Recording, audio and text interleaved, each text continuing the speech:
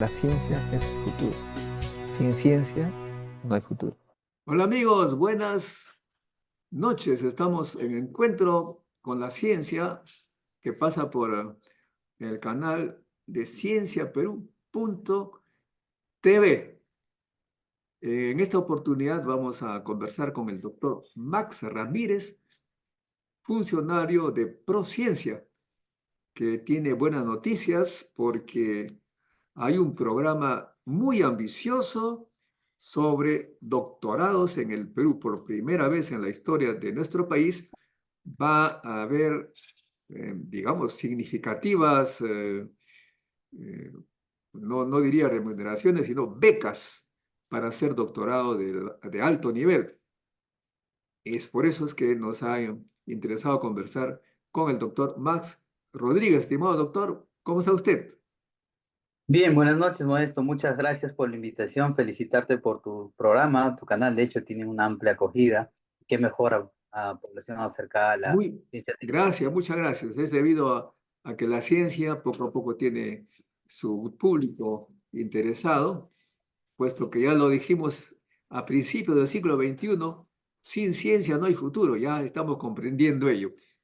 Bueno, he estado revisando un poco las curvas de producción científica en el país y he visto pues que hasta el 2016 el número de publicaciones Scopus estaba más o menos constante, con un ligero crecimiento cada año, y en el 2017 hubo un pequeño cambio de pendiente hacia arriba, y el 2018 otra vez, y a partir del 2018 ya hay una pendiente mayor que la anterior, o sea que a partir del 2018 hay un crecimiento mayor que en los periodos anteriores.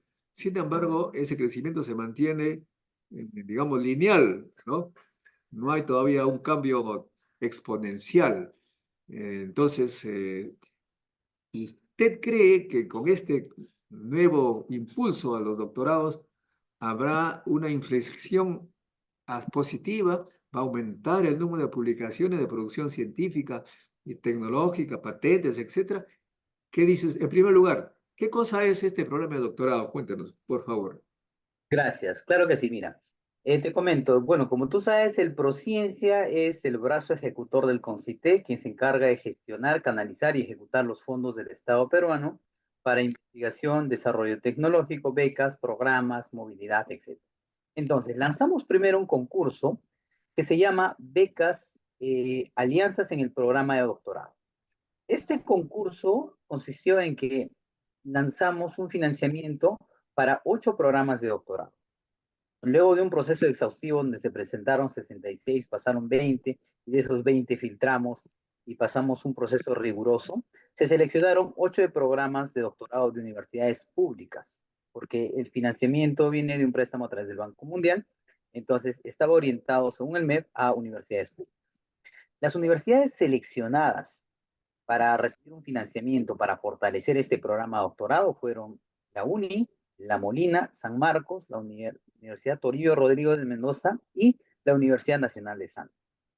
Eh, Cada uno de estos programas de doctorado va a recibir un financiamiento de casi 13 millones para fortalecer el programa de doctorado, es decir, primero, atraer investigadores de alta calidad, reconocidos a nivel mundial. Tienen que traer entre 2 a 3 o 4, dependiendo de lo que ellos van a proponer, un propuesto, y además de esos atraídos, ellos van a trabajar de la mano con otras universidades del extranjero de donde provienen esos atraídos. Por ejemplo, diferentes universidades reconocidas y ranqueadas. La Universidad, por ejemplo, San Marcos, trabaja con la Universidad de Australia, Tokio, Estados Unidos, Inglaterra, y además una universidad peruana, un instituto público de investigación y una empresa. Eso era la articulación. Entonces, se han articulado así 8 diferentes programas de doctorado. Tenemos a la UNI con 2 programas de doctorado que son el doctorado en Ciencias con mención en Física, el doctorado en Química. Tenemos a la San Marcos con el doctorado en Ciencias Biológicas, el doctorado en Ciencias de la Salud, la Universidad Nacional Agraria de La Molina con el doctorado en Nutrición, el doctorado en Ingeniería con mención en Ciencias Ambientales, el doctorado en Desarrollo Sostenible en la Universidad Toribio Rodríguez de Mendoza y el doctorado en Ingeniería Agroindustrial de la Universidad Nacional de Santos. Ahora, De hecho, estos programas primero se han articulado y estamos trabajando en que estos programas van a recibir un financiamiento. Además de eso, vamos a financiar becas. Cada programa de doctorado tiene que recibir 38 becarios y las becas que van a recibir van a ser integrales. Primero, les vamos a pagar un estipendio mensual para que puedan pagar su vivienda, estadía, su alimentación, seguro médico por 6.500 soles durante 3 años. Segundo, se le va a cubrir los estudios de doctorado, todo. Matrícula, inscripción, mensualidad, derechos de sustentación, obtención del grado académico, etc. Además, dentro de esto van a recibir el financiamiento para la investigación completa, insumos, reactivos, equipamiento, todo se va a financiar dentro del programa de doctorado. Y finalmente, cada doctorado o cada estudiante va a tener que hacer una pasantía entre 2, 4 o 8 meses fuera del Perú en estas universidades extranjeras. Y va a tener que hacer sí o sí una pasantía. Y como resultado de este programa esperamos obtener al menos 30 artículos científicos por cada uno de los programas de doctorado, al menos 30 o 38 tesis patentadas, si es que se logran patentes, buena hora, de hecho el proceso de patentamiento es bastante largo, y además esperamos, sobre todo nuestro punto principal, de formar el recurso humano de alta calidad y permitir también que estas alianzas se articulen y trabajen de forma sólida, tanto la academia con los institutos públicos de investigación, con otras universidades dentro del Perú y con otras universidades extranjeras, para que continúen de forma sostenida estos programas. Eso es Muy nuestro bien. objetivo.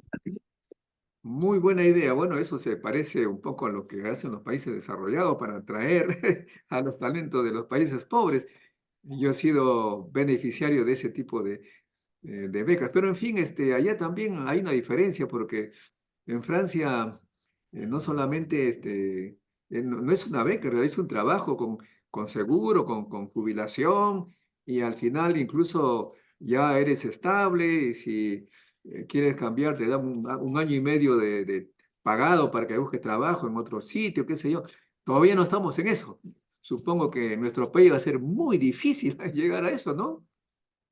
De hecho, claro que sí, pero el primer paso que nosotros queremos hacer es que esos investigadores atraídos, reconocidos, puedan formar estos programas de doctorado y trabajen de la mano, sobre todo como asesores, tutores o revisores de ese programa doctoral, puedan albergar a estos doctorandos también en sus laboratorios mediante pasantías temporales y también puedan moverse en otras universidades del Perú y también los institutos públicos de investigación trabajen. Esa articulación es importante también. Necesitamos fortalecer el recurso humano altamente capacitado, pero también necesitamos doctorados con una formación sólida. Lo que hemos visto es para hacer estos programas es que según SUNEDU, lo que nos notificó es que alrededor de los 100 programas de doctorado que puede haber en el Perú, solamente 6 programas en promedio o algo más desarrollan investigación.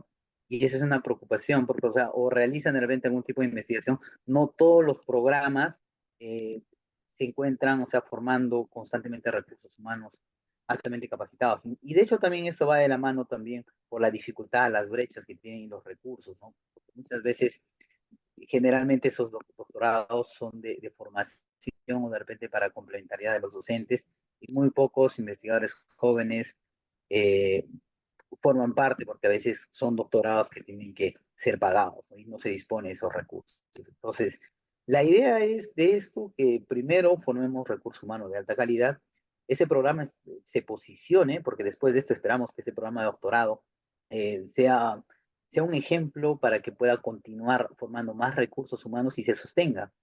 Anteriormente también tuvimos una reunión con los colegas de Colombia, porque hay un programa similar al nuestro. Tuvimos la experiencia de que esos programas, luego del financiamiento, de hecho, es un financiamiento un poco mayor, estos laboratorios se estaban desarrollando y recibiendo constantemente, han crecido enormemente a lo largo de varios años, cada vez reciben nuevos becarios. Y lo más importante es que en esa alianza cada vez se están formando, están captando nuevos financiamientos. Entonces, para nuevos recursos, para formar nuevos doctores, y nuestro objetivo es ese también. O sea, sabemos que hay una brecha importante de doctores en el Perú. pero no, con esto no se va a solucionar, pero podemos dejar la primera piedra para que esto pueda avanzar y pueda continuar, por un lado, la producción científica, la formación de nuevos doctores, de nuevos investigadores científicos, jóvenes también que se inserten al ecosistema. No perdamos ese recurso humano capaz y bueno, estamos trabajando en eso en este momento. Ahora, en los años 2010, por allí, Perú publicaba el doble de artículos que Ecuador. Ecuador tiene algo así como 19 millones de habitantes, Perú 33, y bueno, nosotros publicamos el doble. Pero en el 2020 ya Ecuador publicaba más que Perú. Seguramente que tú has estudiado ese tema. ¿Cuál fue la política de Ecuador para que nos pase en número de publicaciones? Bueno, yo creo que hay diferentes circunstancias o escenarios, ¿no? Por un lado puede ser primero que el financiamiento de la investigación ha estado variando porque hay una competitividad tremenda en las universidades de referencia. Por un lado, hay mayor financiamiento para investigación, la carrera del investigador está creciendo también en otros países, de hecho que a nosotros todavía nos falta, y eso ha hecho que cada vez incluso atraigan nuevos investigadores, se han estado consolidando nuevos grupos, y eso hace que se impulse rápidamente la productividad científica. De igual forma, de hecho, comparado con los otros países de la región, nuestra productividad es relativamente baja. Pero algo interesante es que después de la ley universitaria, después que SUNED empezó con el licenciamiento, como has visto, la productividad ha crecido enormemente. Nosotros también esperamos que con nuevas intervenciones y con un incremento del presupuesto del PBI para el presupuesto para ciencia y tecnología, también eso va a ir creciendo de la mano, ¿no? La productividad va a ir creciendo más. Y sobre todo creo que es importante también apostar por la carrera del investigador joven. Eso es lo que necesitamos. Apoyarlos con nuevas becas, buscar atender esa brecha de mujer, porque también tenemos una brecha importante de mujeres investigadoras que hay que suplir. Sabemos que más o menos en los que reciben financiamiento la brecha es de cada 10, 3 son mujeres y todavía es una brecha que hay que acortar y trabajar bastante. La brecha joven también es importante. Y apostar por la carrera temprana del investigador también es un reto de varios países de la región y Europa. De igual forma, nosotros no somos ajenos a esto y tenemos que buscar nuevas intervenciones a través de esquemas financieros que puedan generar más recurso humano joven con ese potencial de investigación para insertarse al ecosistema de CTI. Ahora, claro, eso obviamente con ese impulso va a haber un crecimiento. Supongo que todavía no he hecho, tú has dicho más o menos el número de artículos que esperan tener. Eso, en lo que respecta a la pendiente, va a aumentar entonces, ¿no? La pendiente de crecimiento anual que está así, supongo que ustedes han visto que va a crecer. Esperemos. Eh, claro que sí. Por un lado, de hecho que también es importante mencionar que la calidad de esas investigaciones va a ser lo central. Que esas investigaciones doctorales van a ser estudios muy, muy sólidos. Y de hecho, no solamente, va a aumentar ligeramente quizás con 300 publicaciones o 500 publicaciones que se generen a lo largo de esto, va a aumentar, pero ese crecimiento nosotros esperamos que sean con trabajos de alta calidad. Eso es lo importante, que sean publicados en revistas del primer cuartil y que sea ciencia original, trabajos novedosos que generen tecnologías, productos, prototipos, diseños interesantes, moléculas. Hay diferentes líneas que están trabajando, estudios en biología molecular, One Health, alimentos.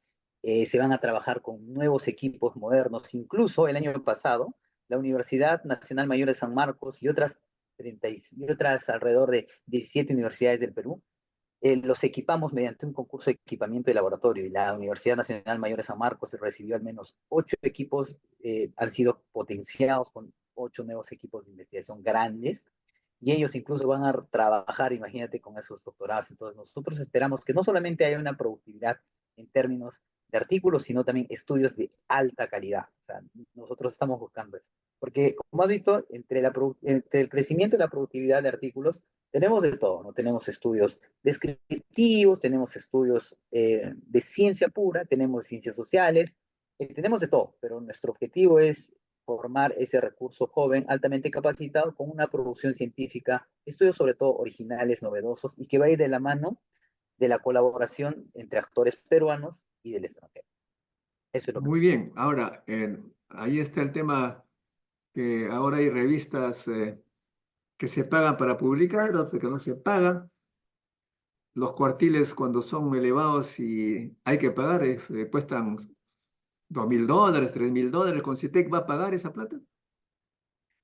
Bueno, en realidad lo que ocurre es que entre las revistas del primer cuartil y segundo cuartil, no todas son de acceso abierto, hay un número importante que son de acceso abierto y otras Claro. que no. De hecho, eso va a depender de cada programa de doctorado. Algunos, de hecho, van a dependiendo, como hay diferentes líneas dentro de cada programa, eso va a depender del programa. Si ellos consideran publicar algunos artículos en revistas de acceso abierto, está bien. Y también es importante considerar que las tarifas en muchas revistas de acceso abierto de los cuartiles 1 o 2 son tarifas rebajadas, ¿no? Por ejemplo, con nosotros en el caso de Perú pertenecemos a los países del grupo B, entonces las tarifas son el 50% reducidas. Y de hecho todavía es un número alto, no son alrededor, digamos, si una tarifa, un cargo de APC por publicar es 2.500 en una revista, probablemente los cargos para Perú son alrededor de $1.200, no, no necesariamente pagamos $3.000. Entonces, y probablemente se pueda cubrir una parte de esos gastos de acceso abierto y otra parte no, porque va a depender del alcance y del grupo de investigación que está. Ahora, de hecho, Muy también bien. como van a ser trabajos compartidos, va a ser, los cargos van a variar mucho porque van a también trabajarse de la mano con las otras universidades. Perfecto. Ahora, el otro tema es, ha habido críticas por este asunto de que estos programas deben ser liderados por universidades estatales y algunas privadas han protestado, sí, no como institución, pero los docentes de esas universidades han protestado. ¿Cuál es la respuesta que le daría Prociencia?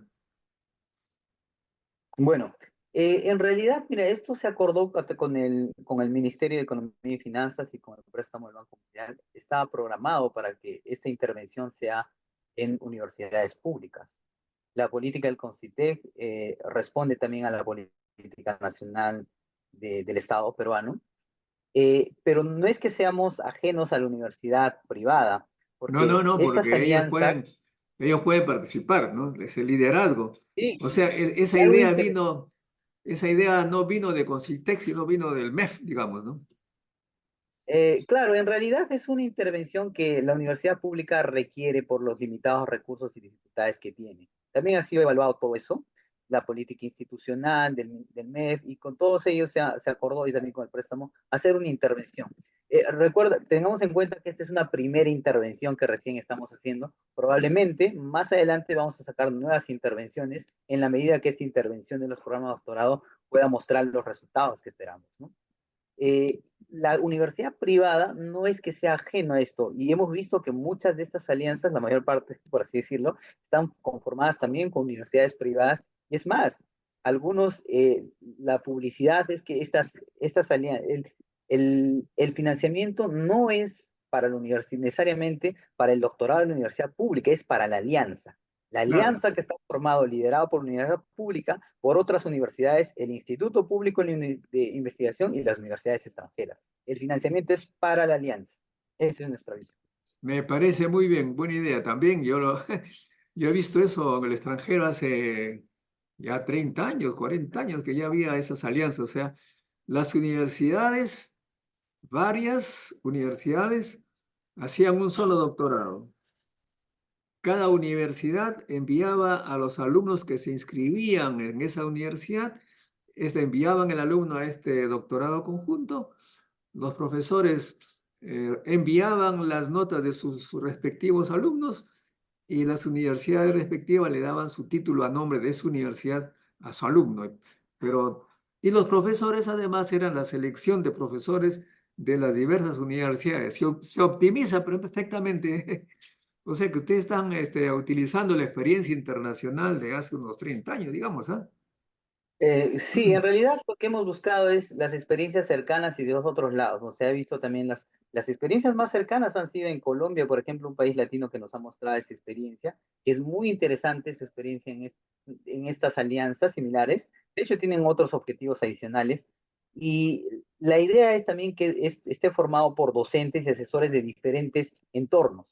Por un lado, no solamente en la academia, sino que trabajen, por ejemplo, los institutos públicos de investigación, porque necesitamos también, los institutos responden a trabajos hacen una respuesta al sector, a los problemas del Perú. Entonces, de la mano tiene que trabajar el ITP, el Instituto Nacional de Salud, el Instituto de Energía Nuclear. Hay diferentes institutos que están asociados, incluido el CENAMI, porque requerimos del trabajo articulado de ellos, ¿no? Y se ha pensado en centrar el trabajo de forma colaborativa porque necesitamos una respuesta conjunta para formar ese recurso humano joven, ¿no? En realidad, a veces eh, sabemos que la investigación no crece de forma solo. Si una universidad solita va a hacer la investigación, es poco probable que crezca. Requiere de la colaboración de las otras universidades, instituciones, para que se forme un programa, una alianza sólida, y nosotros lo que hemos buscado es eso. Y ahora lo que esperamos es que ese recurso humano joven, altamente, se formen dentro de ese programa de doctorado, podamos insertarlos en el ecosistema de CTI. Nuestro objetivo es Ese va a ese. ser más difícil, ¿ah? De hecho, pero de hecho, teniendo los recursos, yo creo que poco a poco se No, van pero eso implementando. ya no depende del CONCITEC o Prociencia, depende de la institución donde hizo su doctorado. Normalmente esas instituciones acogen a sus doctorados formados, pero eso ya es tema del Claro, Ministerio de claro que sí. Economía y Finanzas.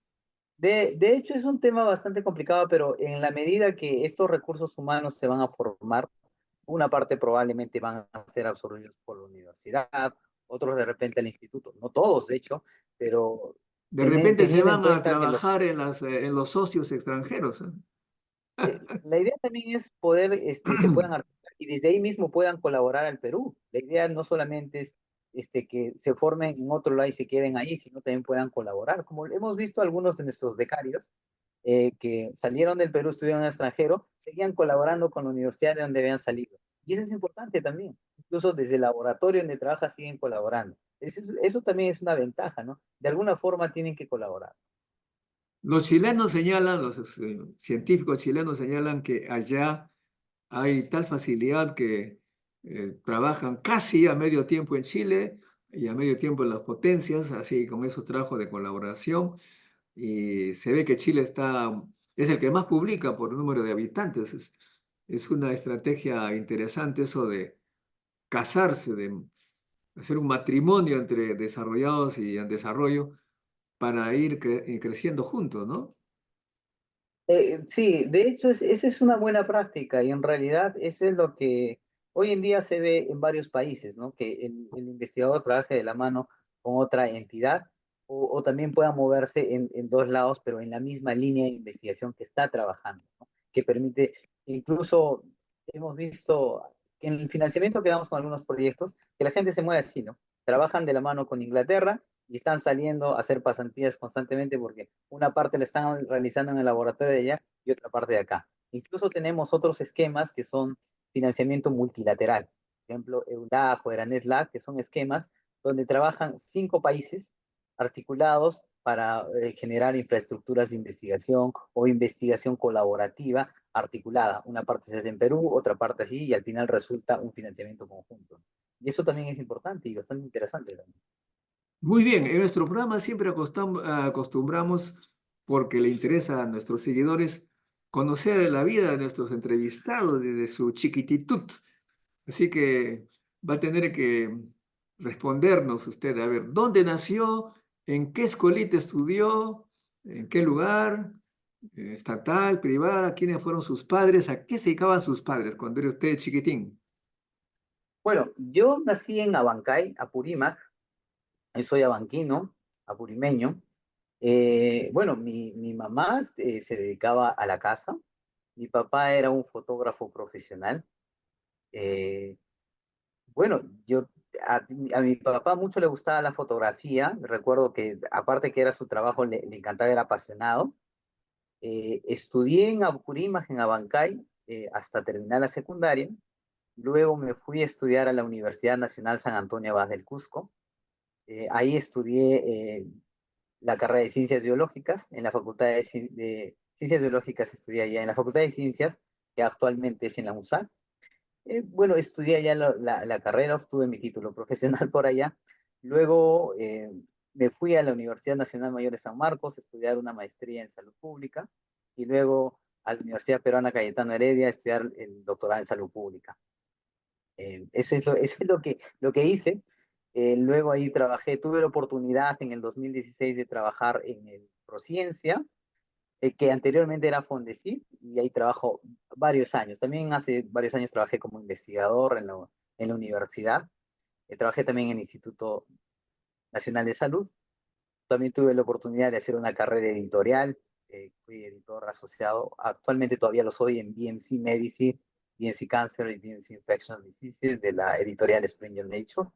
Entonces también tengo una carrera editorial y eso me permite a veces ver también, no solo desde el punto de vista del financiamiento que damos desde el Prociencia, sino también ver el lado, las dificultades o toda esa maquinaria que mueve la difusión y la publicación científica.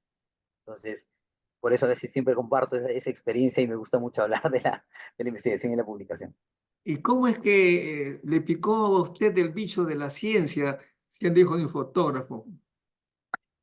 Bueno, en realidad a mí siempre me ha gustado o me gustaba desde pequeño poder explorar.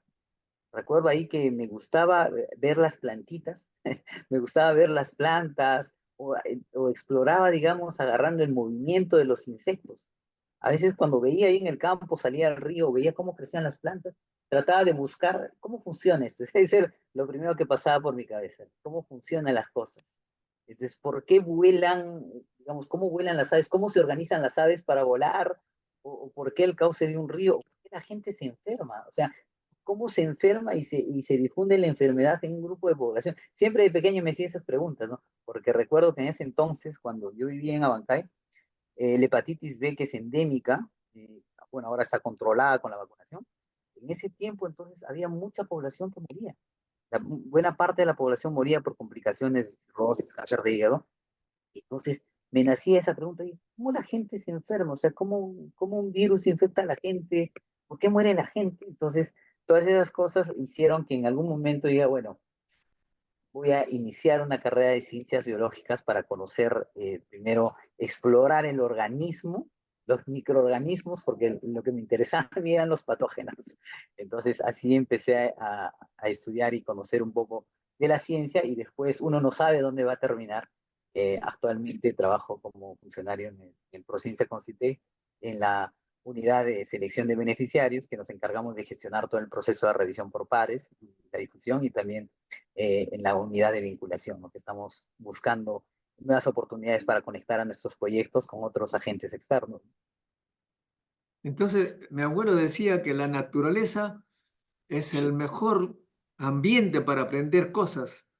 Lo que es la ciencia, es la naturaleza, es incomparable con las cosas que tienen en la universidad, en el colegio. ¿Está usted de acuerdo con esa idea? Sí, en realidad la naturaleza te enseña mucho, porque en realidad los niños, por ejemplo, vemos cómo exploran la diversidad de una forma distinta, ¿no? Hoy en día, recién puedo comprender incluso cómo los niños exploran el ambiente, cómo ellos empiezan para ellos es nuevo, por ejemplo, cuando ingresan a la naturaleza, entran en contacto con aves y todo eso es explorar, entonces tienen o sea, el mismo ser humano, ¿no? La naturaleza es explorarla, entonces eh, eso hace que mientras estemos más cercanos nos permite explorar y descubrir habilidades que uno no las conocía muchas veces, ¿no? Cuando estudiaba ciencias biológicas, por ejemplo, eh, yo no sabía que me gustaban los virus o los hongos, recién ahí lo aprendí, los descubrí y sabía que era algo que me gustaba, ¿no? Como también conocí otras personas que le gustaba estudiar las plantas o le gustaba estudiar los insectos o le gustaba estudiar las aves. Entonces ahí descubres de todo y está más acercado ahí una persona en la ciencia, descubres nuevas cosas. Y qué mejor después cuando entras a un panorama como este de la gestión en CTI, ves un entorno distinto, ¿no? Te pones en el lado del gestor. Y ya como has visto ese escenario de investigación, puedes comprender lo que hacen los investigadores de cerca y también puedes comprender el proceso de publicación y todo ese bagaje que hace, o toda esa maquinaria que permite que se realice la investigación rigurosa, sólida, reproducible y cómo llega hasta la publicación, ¿no? Para nosotros que venimos de la ciencia es fácil entender todo eso y también cómo llega hasta la publicación, ¿sabes? Y es algo que Muy interesante. Le voy a hacer una pregunta totalmente fuera de contexto, tal vez. Una bióloga cusqueña, estoy hablando de aquí hace 30 años, ¿ah? No sé, me dijo, las mujeres cusqueñas son completamente diferentes a las mujeres de Abancay. De la cintura para arriba soy abancaína, de la cintura para abajo soy cusqueña. ¿Usted ha escuchado esa expresión?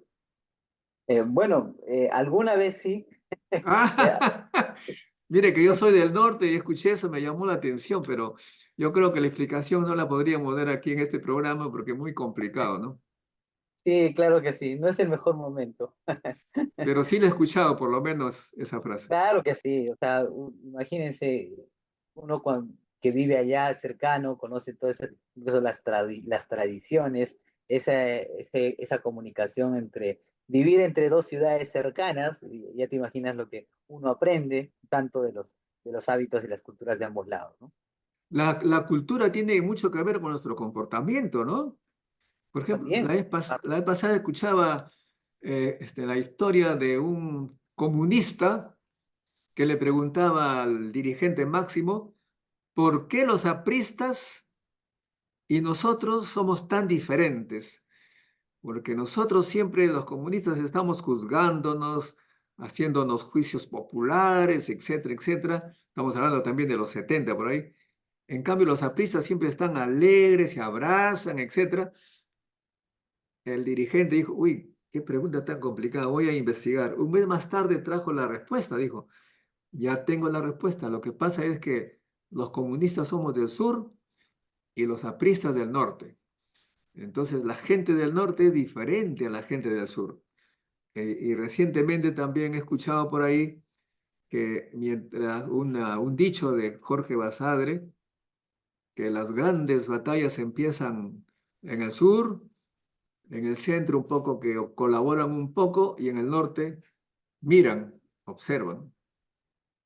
Y ahora hemos visto que las protestas están en el sur y la delincuencia está en el norte. Imagínate, el centro de la delincuencia está en Trujillo prácticamente ahora y el centro de las protestas en Puno, Cusco. ¿Usted se ha preguntado por qué es eso? ¿Esa es bueno, ciencia? bueno, creo que es una pregunta bastante compleja porque de por medio hay que estudiar el comportamiento social y los determinantes de esto, ¿no?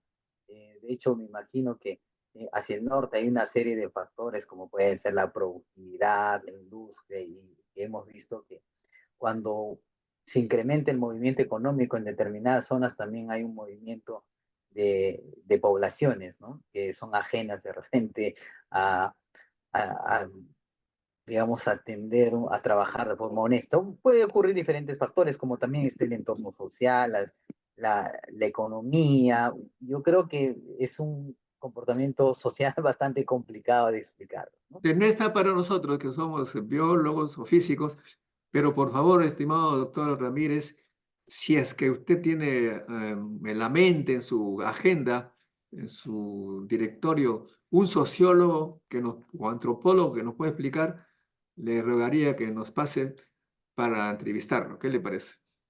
Claro que sí. Apenas tenga alguien, me pongo en contacto contigo. Muchas gracias, estimado doctor Max Ramírez. Ha sido un gran placer tenerlo en el programa y con nosotros, amigos, será hasta un próximo encuentro con la ciencia. Chao, chao. Nos Muchas gracias. vemos. Gracias. Buenas noches, Juan.